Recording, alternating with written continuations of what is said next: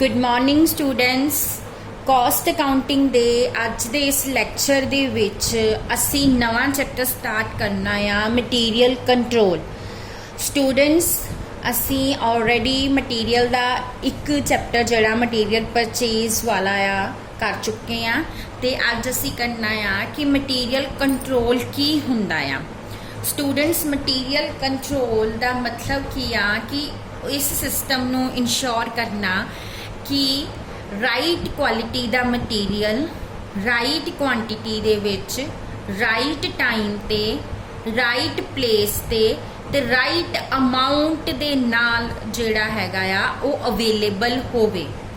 सो material control एक जिहड़ा बहुत वड्डा फ्रेमवर्क आ अकाउंटिंग दा जिहदे विच मटीरियल कॉस्ट नू कंट्रोल किया जाता आ और ये इस तरह नाल प्रिपेयर किया जाता आ कि जिहड़ियां मटीरियल सप्लाईज हैगियां आ वो उस लैवल ते मेनटेन करके रखियां जान ताकि मटीरियल दी शॉर्टेज करके ना तां प्रोडक्शन रुके अते ना ही असी मटीरियल वध इकट्ठा करके इन्वेस्टमेंट नू अपनी नू ब्लॉक कर लईए।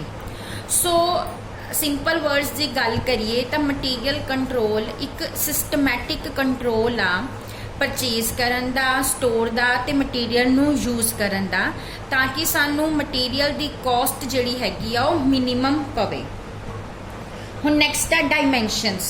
मटीरियल कंट्रोल दियां दो डायमेंशनस ने स्टूडेंट। सब तो पहला हैगा क्वांटिटी कंट्रोल और सैकेंड हैगा आ रूपी और फाइनैशियल कंट्रोल। ਜਿਹੜੇ ਸਾਡੇ प्रोडक्शन ਦੇ ਐਗਜ਼ੈਕਟਿਵਸ ਹੁੰਦੇ ਆ और ਜਿਹੜੇ ਸਾਡੇ स्टोर कीपर ਹੁੰਦੇ ਆ ਉਹਨਾਂ ਨੂੰ ज़्यादा उन्होंने कंसर्न जोड़ा आ क्वांटिटी कंट्रोल दे नाल हुंदा आ। ठीक है। और उन्होंने इंटरस्ट की हुंदा आ कि ऐदा कदी ना होवे कि मटीरियल दी शॉर्टेज होवे जिहदी वजह दे नाल जिहड़ी हैगी आ प्रोडक्शन रुके। बट जिहड़े साडे फाइनैशियल एग्जैक्टिव्स हुंदे आ उन्हां दा कंसर्न हुंदा आ रूपी कंट्रोल दे नाल जो मनी इन्वेस्ट हो रही है मटीरियल दे विच ओदे नाल।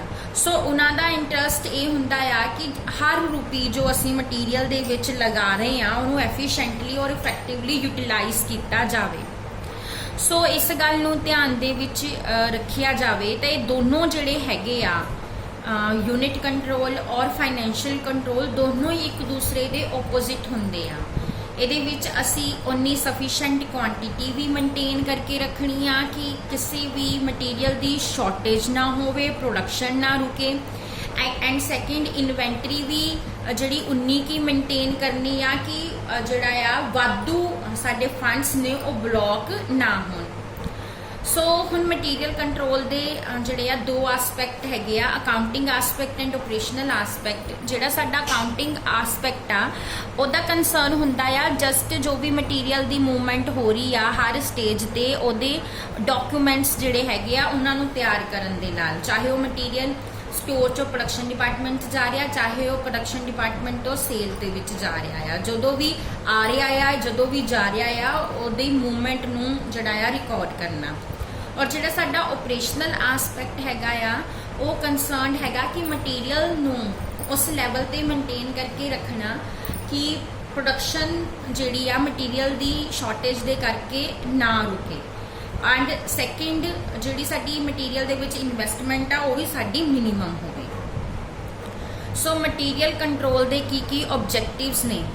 अगर असीं ऑब्जेक्टिव्स की गल करिए तो सब तो पहला है अवेलेबिलिटी ऑफ मटीरियल कि हमेशा हर वेले फैक्ट्री दे विच हर तरह का मटीरियल अवेलेबल होना चाहिए ताकि कभी भी मटीरियल की कमी दे करके ਉਹਦੀ शॉर्टेज दे करके प्रोडक्शन ना रुके। सो एक मिनिमम क्वांटिटी फिक्स कर ली जाती है भी इन्नी क्वांटिटी जड़ी आ हर वेले जड़ी आ फैक्ट्री दे विच होनी चाहिए आ। सैकेंड आ नो एक्सैसिव इन्वेस्टमेंट। तो इस तो इलावा जिहड़ा आ कि स्टॉक दे विच जिहड़े साडा फंड इन्वेस्ट हो रहा मटीरियल जो असीं खरीदते हैं तो सानू पेमेंट करनी पैंदी है साडी मनी जिहड़ी आ वो जांदी है यानी साडे फंड्स लगदे आ वो जिहड़ियां इन्वेस्टमेंट्स हैगियां आ वो भी ज़्यादा नहीं होनी चाहिए मतलब ओवर स्टॉकिंग नहीं करके रखनी भी मटीरियल की शॉर्टेज ना हो इसलिए तुसीं मटीरियल वाधू इकट्ठा करके रख लो नो ਉਹਦੇ ਲਈ भी एक मैक्सीमम लैवल जिहड़ा हैगा मटीरियल दा वो फिक्स करना जरूरी आ। थर्ड हैगा रीजनेबल प्राइस। ਜਦੋਂ ਵੀ ਮਟੀਰੀਅਲ ਨੂੰ ਪਰਚੇਸ ਕਰਨਾ ਆ ਤੇ ਉਹ ਹਮੇਸ਼ਾ ਰੀਜ਼ਨੇਬਲ ਪ੍ਰਾਈਸਿਸ ਤੇ ਪਰਚੇਸ ਹੋਣਾ ਚਾਹੀਦਾ ਆ, ਠੀਕ ਆ। ਬਟ ਇਹਦਾ ਮਤਲਬ ਇਹ ਵੀ ਨਹੀਂ ਆ ਕਿ ਤੁਸੀਂ ਲੋਅਰ ਪ੍ਰਾਈਸ ਪ੍ਰੈਫਰ ਕਰੋ ਔਰ ਕੁਆਲਿਟੀ ਦੇ ਨਾਲ ਜਿਹੜਾ ਹੈਗਾ ਉਹ ਸੈਕਰੀਫਾਈਸ ਕਰ ਲਓ। ਬਟ ਕੁਆਲਿਟੀ ਨੂੰ ਵੀ ਅਸੀਂ ਸੈਕਰੀਫਾਈਸ ਨਹੀਂ ਕਰਨਾ, ਅਸੀਂ ਅੱਛੀ ਕੁਆਲਿਟੀ ਦਾ ਮਟੀਰੀਅਲ ਰੀਜ਼ਨੇਬਲ ਪ੍ਰਾਈਸਿਸ ਤੇ ਪਰਚੇਸ ਕਰਨਾ ਆ। ਉਸ ਤੋਂ ਬਾਅਦ ਆ ਨੈਕਸਟ ਆ ਮਿਨੀਮਮ ਵੇਸਟੇजेस। ਜਦੋਂ ਅਸੀਂ ਮਟੀਰੀਅਲ ਨੂੰ ਯੂਜ਼ ਕਰਦੇ ਆ ਤਾਂ ਉਹਦੀ ਜਿਹੜੀ ਇੱਕ ਵੇਸਟੇਜ ਜਿਹੜੀ ਆ ਕਿ ਨਾਰਮਲ ਵੇਸਟੇਜ ਹੁੰਦੀ ਆ ਜਿਹੜੀ ਹੋਣੀ ਹੁੰਦੀ ਆ, ਠੀਕ ਆ। ਬਟ ਜਦੋਂ ਵੀ ਤੁਸੀਂ ਮਟੀਰੀਅਲ ਨੂੰ ਅਸੀਂ ਸਟੋਰ ਕਰਦੇ ਆ ਫੈਕਟਰੀਆਂ ਦੇ ਵਿੱਚ, ਸਟੋਰ ਕੀਪਰਸ ਜਿਹੜੇ ਨੇ ਸਟੋਰ ਕਰਦੇ ਨੇ, ਉਸ ਤੋਂ ਬਾਅਦ ਉਹ ਪ੍ਰੋਡਕਸ਼ਨ ਦੇ ਵਿੱਚ ਯੂਜ਼ ਹੁੰਦਾ ਆ ਤੇ ਇੱਕ ਪਾਰਟਿਕੂਲਰ ਲੈਵਲ ਤੱਕ ਜਿਹਨੂੰ ਨਾਰਮਲ ਵੇਸਟੇਜ ਕਹਿੰਦੇ ਉਹ ਤਾਂ ਅਲਾਉਡ ਹੁੰਦੀ ਆ ਵੀ ਇੰਨੀ ਕੁ ਤਾਂ ਵੇਸਟੇਜ ਹੋਣੀ ਆ, ਬਟ ਵੇਸਟੇਜ ਉਹਦੇ ਤੋਂ ਵਧਣੀ ਨਹੀਂ ਚਾਹੀਦੀ, ਠੀਕ ਆ। ਵੀ ਜਿਹੜਾ ਆ ਮਟੀਰੀਅਲ ਲੀਕ ਹੋ ਰਿਹਾ ਆ ਜਾਂ ਮਟੀਰੀਅਲ ਦੀ ਚੋਰੀ ਹੋ ਰਹੀ ਆ, ਸੋ ਇਹ ਸਾਰੀਆਂ ਚੀਜ਼ਾਂ ਜਿਹੜੀਆਂ ਹੈਗੀਆਂ ਆ ਇਹ ਰੁਕਣੀਆਂ ਚਾਹੀਦੀਆਂ ਆ। ਸੋ ਮਟੀਰੀਅਲ ਦੀ ਵੇਸਟੇਜ ਜਿਹੜੀ ਹੈਗੀ ਉਹ ਘੱਟ ਤੋਂ ਘੱਟ ਹੋਣੀ ਚਾਹੀਦੀ ਆ। ਉਸ ਤੋਂ ਬਾਅਦ ਆ ਨੋ ਰਿਸਕ ਆਫ ਸਪੋਇਲੇਜ ਐਂਡ ਅਬਸੋਲਸੈਂਸ। ਸਪੋਇਲੇਜ ਨੂੰ ਰੋਕਣ ਦੇ ਲਈ ਜਿਹੜਾ ਹੈਗਾ ਆ ਮਟੀਰੀਅਲ ਦੀ ਇੱਕ ਮੈਕਸਿਮਮ ਕੁਆਂਟੀਟੀ ਫਿਕਸ ਕਰ ਲੈਣੀ ਚਾਹੀਦੀ ਆ ਔਰ ਪ੍ਰੋਪਰ ਮੈਥਡ ਯੂਜ਼ ਕਰਨੇ ਚਾਹੀਦੇ ਆ ਮਟੀਰੀਅਲ ਨੂੰ ਇਸ਼ੂ ਕਰਨ ਦੇ ਲਈ, ਤਾਂ ਕਿ ਜਿਹੜਾ ਮਟੀਰੀਅਲ ਪਹਿਲਾਂ ਦਾ ਖਰੀਦਿਆ ਆ ਉਹ ਪਹਿਲਾਂ ਇਸ਼ੂ ਹੋ ਸਕੇ, ਸਾਡੇ ਕੋਲ ਪੁਰਾਣਾ ਮਟੀਰੀਅਲ ਜਿਹੜਾ ਆ ਉਹ ਪਿਆ ਨਾ ਰਵੇ, ਤਾਂ ਕਿ ਅਬਸੋਲਸੈਂਸ ਦਾ ਰਿਸਕ ਜਿਹੜਾ ਉਹਦੇ ਤੋਂ ਬਚਿਆ ਜਾ ਸਕੇ। ਉਸ ਤੋਂ ਬਾਅਦ ਨੈਕਸਟ ਹੈਗਾ point ready information about the availability of material. Store keeper ਨੂੰ ਹਰ ਵੇਲੇ ਉਹਨੂੰ ਪ੍ਰੋਪਰ ਰਿਕਾਰਡ ਮੇਨਟੇਨ ਕਰਕੇ ਰੱਖਣੇ ਚਾਹੀਦੇ ਆ ਤਾਂ ਕਿ ਉਹਨੂੰ ਹਰ ਵੇਲੇ ਪਤਾ ਹੋਵੇ ਕਿ ਸਟੋਰ ਦੇ ਵਿੱਚ ਕਿੰਨਾ ਮਟੀਰੀਅਲ ਜਿਹੜਾ ਆ ਉਹ ਆਇਆ ਸੀ, ਕਿੰਨਾ ਮਟੀਰੀਅਲ ਇਸ਼ੂ ਹੋਇਆ ਤੇ ਕਿੰਨਾ ਬੈਲੈਂਸ ਬਚਿਆ ਹੋਇਆ ਆ। ਉਸ ਤੋਂ ਬਾਅਦ ਆ ਮਿਸ ਐਪਰੋਪ੍ਰੀਏਸ਼ਨ ਆਫ ਮਟੀਰੀਅਲ। ਮਟੀਰੀਅਲ ਨੂੰ EMPLOYEES ਈਜ਼ੀਲੀ ਮਿਸ ਐਪਰੋਪ੍ਰੀਏਟ ਕਰ ਸਕਦੇ ਆ, ਠੀਕ ਆ। ਜਿਸ ਤਰ੍ਹਾਂ ਕਿ ਕੈਸ਼ ਨੂੰ ਮਿਸ ਐਪਰੋਪ੍ਰੀਏਸ਼ਨ ਹੁੰਦੀ ਹੈ, ਇਸੇ ਤਰ੍ਹਾਂ ਮਟੀਰੀਅਲ ਦੀ ਵੀ ਮਿਸ ਐਪਰੋਪ੍ਰੀਏਸ਼ਨ ਹੁੰਦੀ ਆ।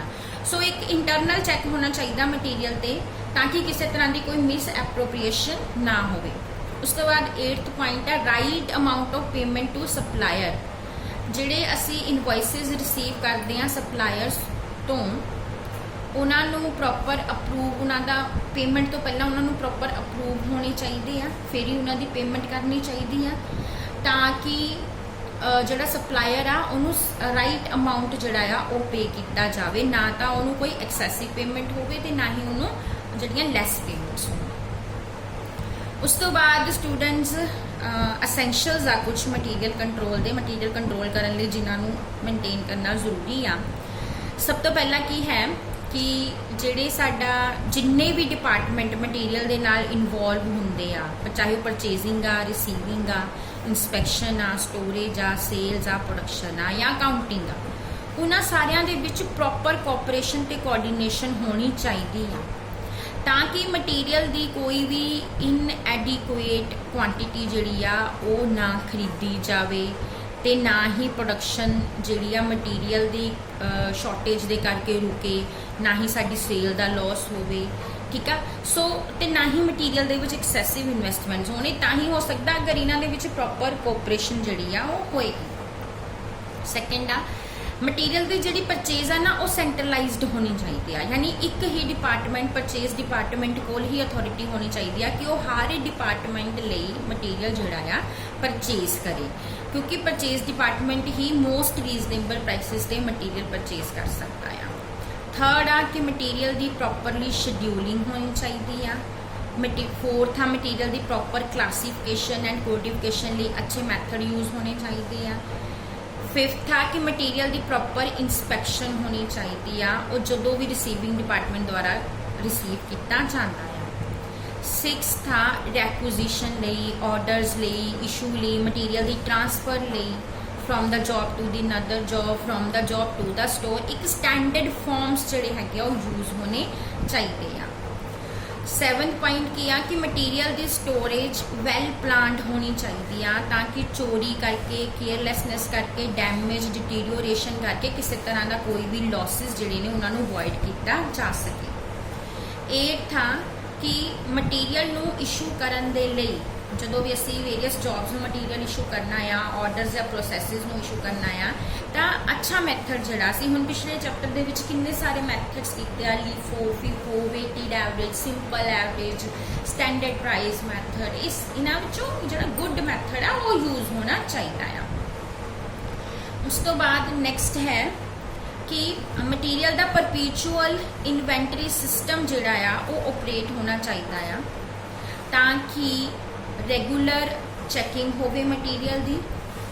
ਜਦੋਂ ਵੀ ਫੈਕਟਰੀ ਜਦੋਂ ਵੀ ਸਾਨੂੰ ਮਟੀਰੀਅਲ ਦੇ ਬਾਰੇ ਅਸੀਂ ਇਨਫੋਰਮੇਸ਼ਨ ਲੈਣੀ ਆ, ਤਾਂ ਸਾਨੂੰ ਫੈਕਟਰੀ ਨਾ ਬੰਦ ਕਰਨੀ ਪਵੇ ਮਟੀਰੀਅਲ ਨੂੰ ਜਿਹੜਾ ਆ ਉਹਦੀ ਕਾਊਂਟਿੰਗ ਕਰਨ ਦੇ ਲਈ। ਸੋ ਪ੍ਰੋਪਰ ਪਰਪੀਚੁਅਲ ਇਨਵੈਂਟਰੀ ਸਿਸਟਮ ਹੋਊਗਾ ਤੇ ਸਾਨੂੰ ਹਰ ਵੇਲੇ ਪਤਾ ਹੋਊਗਾ ਕਿ ਸਾਡੇ ਕੋਲ ਕਿੰਨਾ ਮਟੀਰੀਅਲ ਜਿਹੜਾ ਉਹ ਪਿਆ ਹੋਇਆ ਆ, ਕਿਹੜੀ ਕੁਆਲਿਟੀ ਦਾ ਆ ਤੇ ਕਿੰਨੀ ਕੁਆਂਟੀਟੀ ਆ। ਉਸ ਤੋਂ ਬਾਅਦ ਆ ਇੱਕ ਇੰਟਰਨਲ ਚੈੱਕ ਦਾ ਪ੍ਰੋਪਰ ਸਿਸਟਮ ਇੰਟਰੋਡਿਊਸ ਹੋਣਾ ਚਾਹੀਦਾ ਆ, ਤਾਂ ਕਿ ਸਾਰੀਆਂ ਟ੍ਰਾਂਜੈਕਸ਼ਨਸ ਜਿਨ੍ਹਾਂ 'ਚ ਮਟੀਰੀਅਲ ਇਨਵੋਲਵ ਆ ਉਹਨਾਂ ਨੂੰ ਪ੍ਰੋਪਰਲੀ ਆਥੋਰਾਈਜ਼ਡ ਔਰ ਇੰਡੀਪੈਂਡੈਂਟ ਪਰਸਨਸ ਦੁਆਰਾ ਚੈੱਕ ਕੀਤਾ ਜਾਵੇ।